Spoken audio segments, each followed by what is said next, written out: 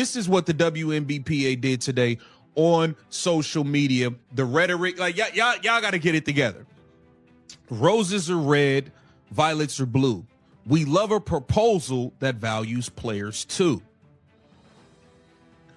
This situationship has gone on far too long. Maybe it's time to make it official. So you're taking shots. Roses are red, violets are blue, and apparently, the latest proposal didn't land the way the players wanted it to. That was the message the WNBA Players Association shared on Valentine's Day 2025, using a playful poem to publicly criticize the league's newest contract offer. But the reaction that followed tells a bigger story. This wasn't just outside noise or fan backlash. Several current players have begun questioning their own union's approach, suggesting the negotiation strategy may be too aggressive or disconnected from the bigger picture. So how did the situation reach the point where the very athletes the union represents are starting to push back against it? And changed everything, that being Caitlin Clark, and y'all have literally attempted to beat the hell out of her, push all of her fans away. Y'all want them to give y'all more money and more this and more that, all while pushing the money away by calling everybody racist, no matter what race they are, just because they like a certain basketball player. Y'all pushed all these people away, calling everybody racist. Y'all starting fake investigations. All of this for nearly 3 decades, 29 straight years, WNBA ownership groups have reportedly operated the league at a financial loss. Not hovering around break-even. Not quietly turning small profits. Consistently absorbing losses while continuing to fund and grow the league infrastructure. Then came the 2024 season, when rookie sensation Caitlin Clark helped drive record television ratings, ticket demand, and overall attention. Momentum was finally building in a meaningful way. But instead of leaning fully into that positive wave, the Players Association chose Valentine's Day for a social media response that many critics felt made the union appear misaligned with the league's current economic reality. It's ridiculous, the things that you guys are doing. Like, who even thought to approve this? Let's take a look at these young ladies, and they addressed if they feel like the latest proposal is sufficient. Let's give it a listen, man. I think the WNBPA looks like absolute clowns. I don't know who's approving these social media tirades. They continue to go on, but y'all look like clowns now. And y'all wonder why you have lost so much public support. You wonder why. Reporting by the Sports Business Journal is that on the latest proposal, because the WNBA did come back with a proposal. Here's what the framework of the offer actually looked like. Under the current collective bargaining agreement, players receive roughly 9.3% of league revenue.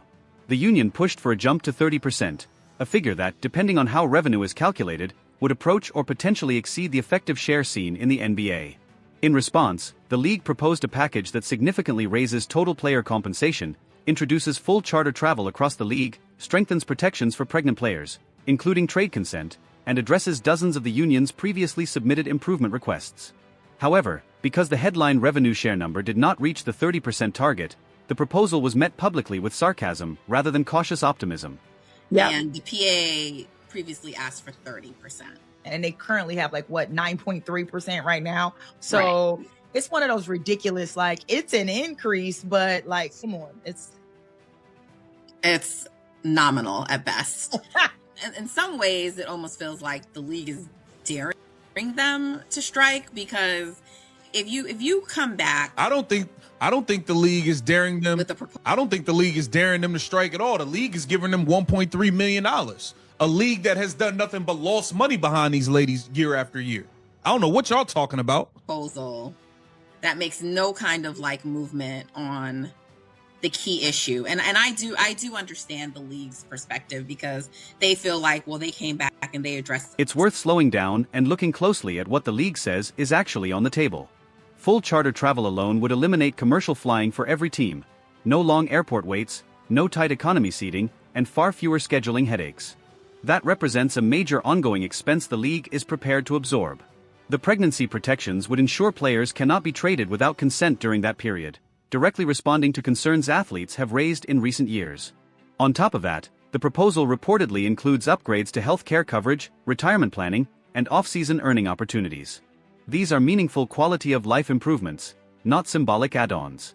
Yet because the revenue share figure fell short of the union's opening demand, the public response leaned towards sarcasm and strike talk, a move some observers view less as negotiation and more as high-pressure positioning. 37 improvements, and so yeah, a lot of people did get a kick out of the whole league pass thing, and they were making fun, but there were some real things in there, related to team charter travel and pregnant player trade consent, other things that really do matter to the players. And so from the league's perspective, they're probably feeling like, well, we came back and we gave you some things, other asks that you say are important to you. Also, according to reporting from SBJ, there's a sense that a WNBA player picket line could be the next move, potentially at NBA All-Star.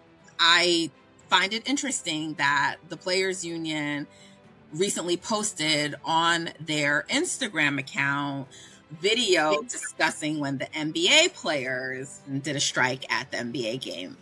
Now, this is where things start to get especially concerning. According to Sports Business Journal, the WNBA Players Association is reportedly exploring the possibility of staging a picket line during NBA All-Star Weekend. Their recent Instagram post referenced past occasions when NBA players organized strikes during All-Star festivities, which hardly seems accidental considering the timing. The WNBA season is looming, with an expansion draft plan for the new Toronto franchise, free agency still to be conducted, and the rookie draft requiring careful coordination. To make matters more complicated, this year's schedule must also accommodate a break for FIBA international competition.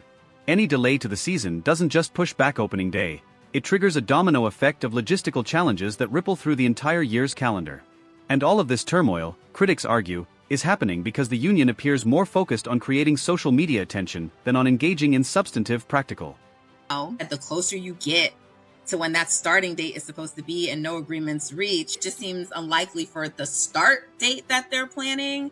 But it also, to me, increases the likelihood of some kind of potential work stoppage, Tarika. There are so many things that still need to happen between now and the time that a season starts. There still needs to be an expansion draft for Toronto and Portland. There still needs to be free agency. You still got to set the date and time for the actual rookie class draft. And this year is not like any other year, because this year is a year in which FIBA play is happening.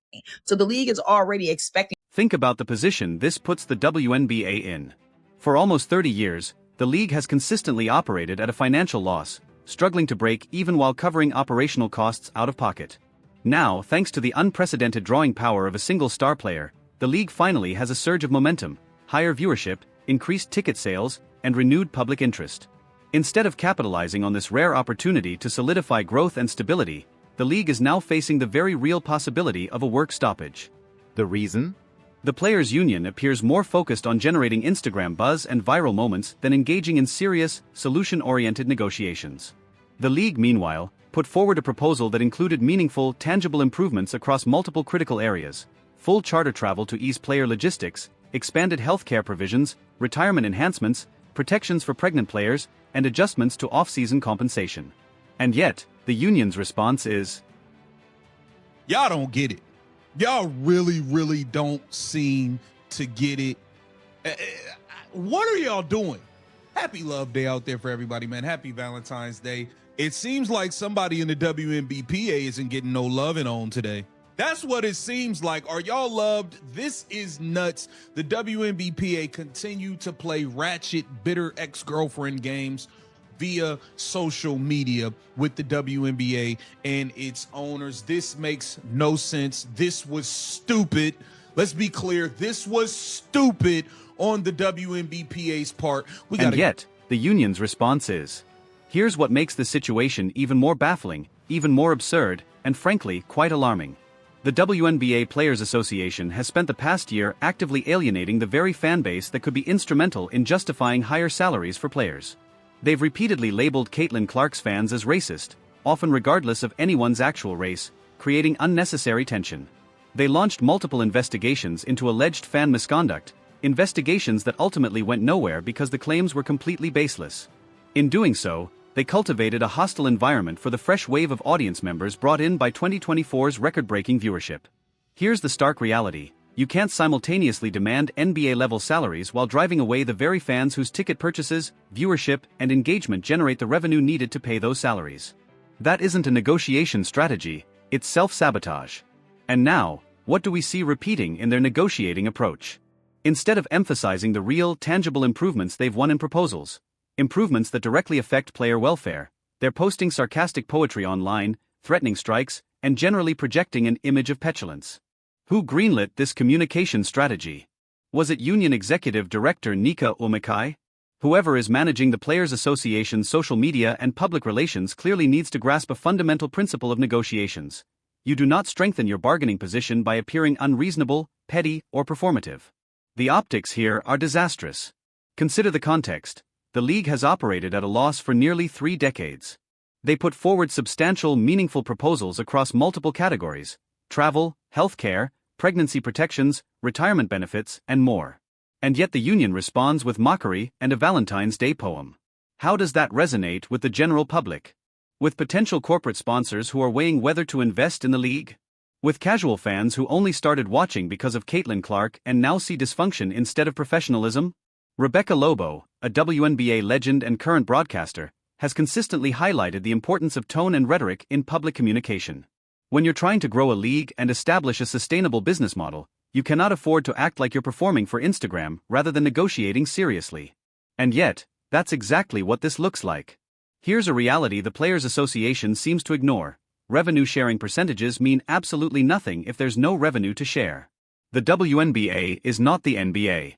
It doesn't have 75 years of entrenched fan loyalty or billion-dollar television contracts.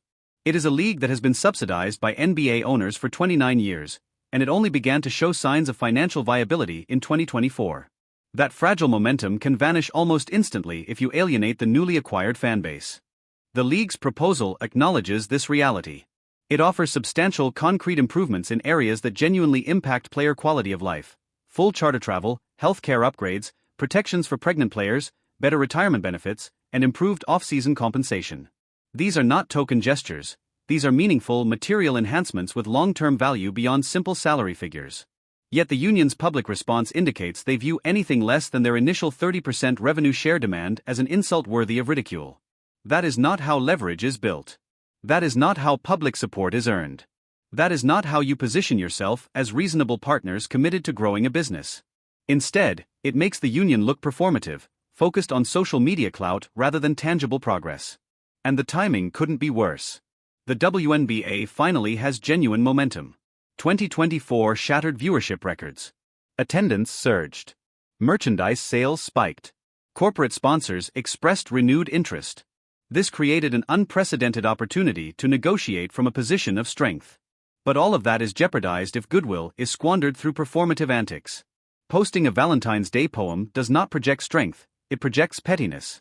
It signals to everyone watching that the union prioritizes online points over real-world solutions.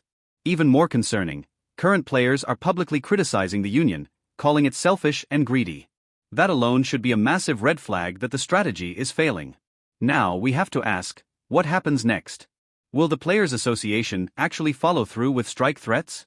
Will they attempt to picket during NBA All-Star Weekend, risking further public relations disaster?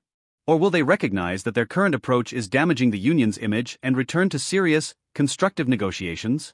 A strike would have very real consequences. The season could be delayed or cancelled. Momentum from 2024 would evaporate. Casual fans who just discovered the league could drift away. Sponsors might reconsider their commitments. The Toronto expansion process would face complications. And all of that stems from the union rejecting a proposal that offers substantial, concrete improvements simply because the revenue share figure didn't match their original demand.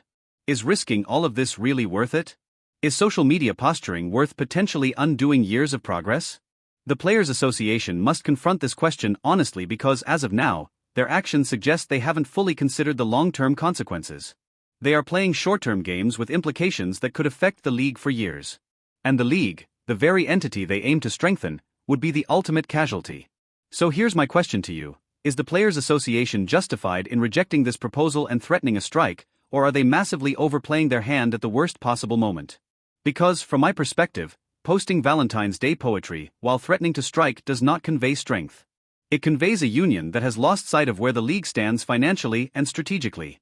Drop your thoughts in the comments, and make sure you're subscribed because this story is far from over, and things are likely to get even more complicated before they improve.